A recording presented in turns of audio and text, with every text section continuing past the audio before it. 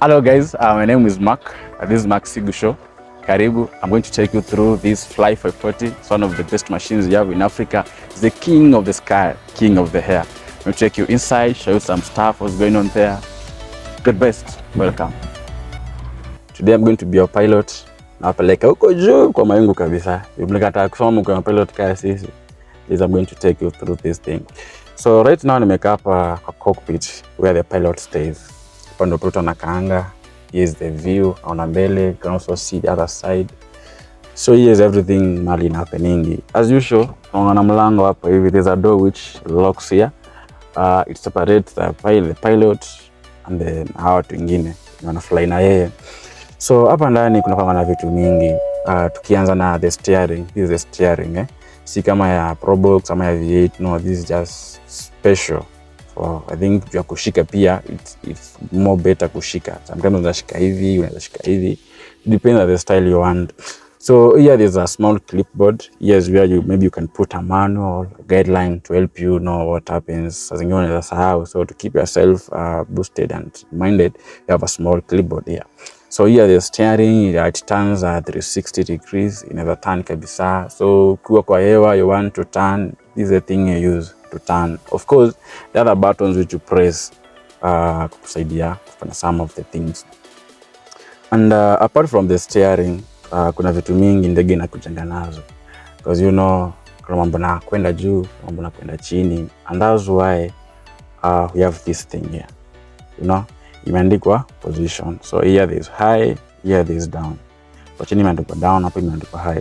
So assuming ndio tu tumewasha ndege yetu, unataka kufly juu. So this is the thing, you come, you push it that way, then unapandisha juu. It depends with the height you want to go, the latitude and altitude, kind of that. So it is written 16, is 11, then as you go down one, sasa kama unaenda chini, inaenda kama imeshuka. So assuming you want to go high, tuta press this one, tupeleke juu hivyo. Tunaweza pandisha hivyo kwa juu kabisa. Sasa hapo imepaa huko juu kabisa kwa mawingu. And si ngumu, it's very easy. And then one thing you should know, hizi vitu tulikuwa naambiwa, tukisema mambo ya piloting kwa aviation, tulikuwa naambiwa this thing wezi shika tu hivi like kama tatuonesha, wezi shika tu hivi kama umeteremsha hivi. There's a position like use as unatumia tu distance, unatumia tu nguvu kidogo, unapandisha juu kidogo. So apart from this, we have some other components in the game nakujanga nazo. These are the things which helps you get like maneuvering on the uko juu kinana mambo yako. These things are there to help you, and all these things are very flexible. Kama hii imeandika idling. So idling means umepaa uko kule juu, and then maybe you want to maintain a specific position.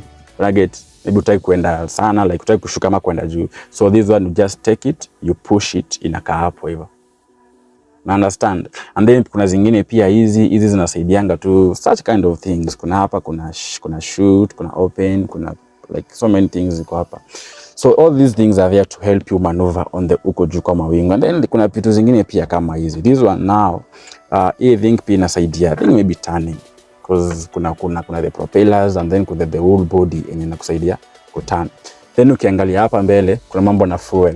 We have the fuel, hii ni shut off, and then the fuel shut off here. So this is for the engine ile side, and then in engineer side. So if you want to shut it off engineer huku, this is the thing you use. I think labda funny, but this is the thing you use to shut off engineer huku. I think there's a button here. Just press it and then it works the same here.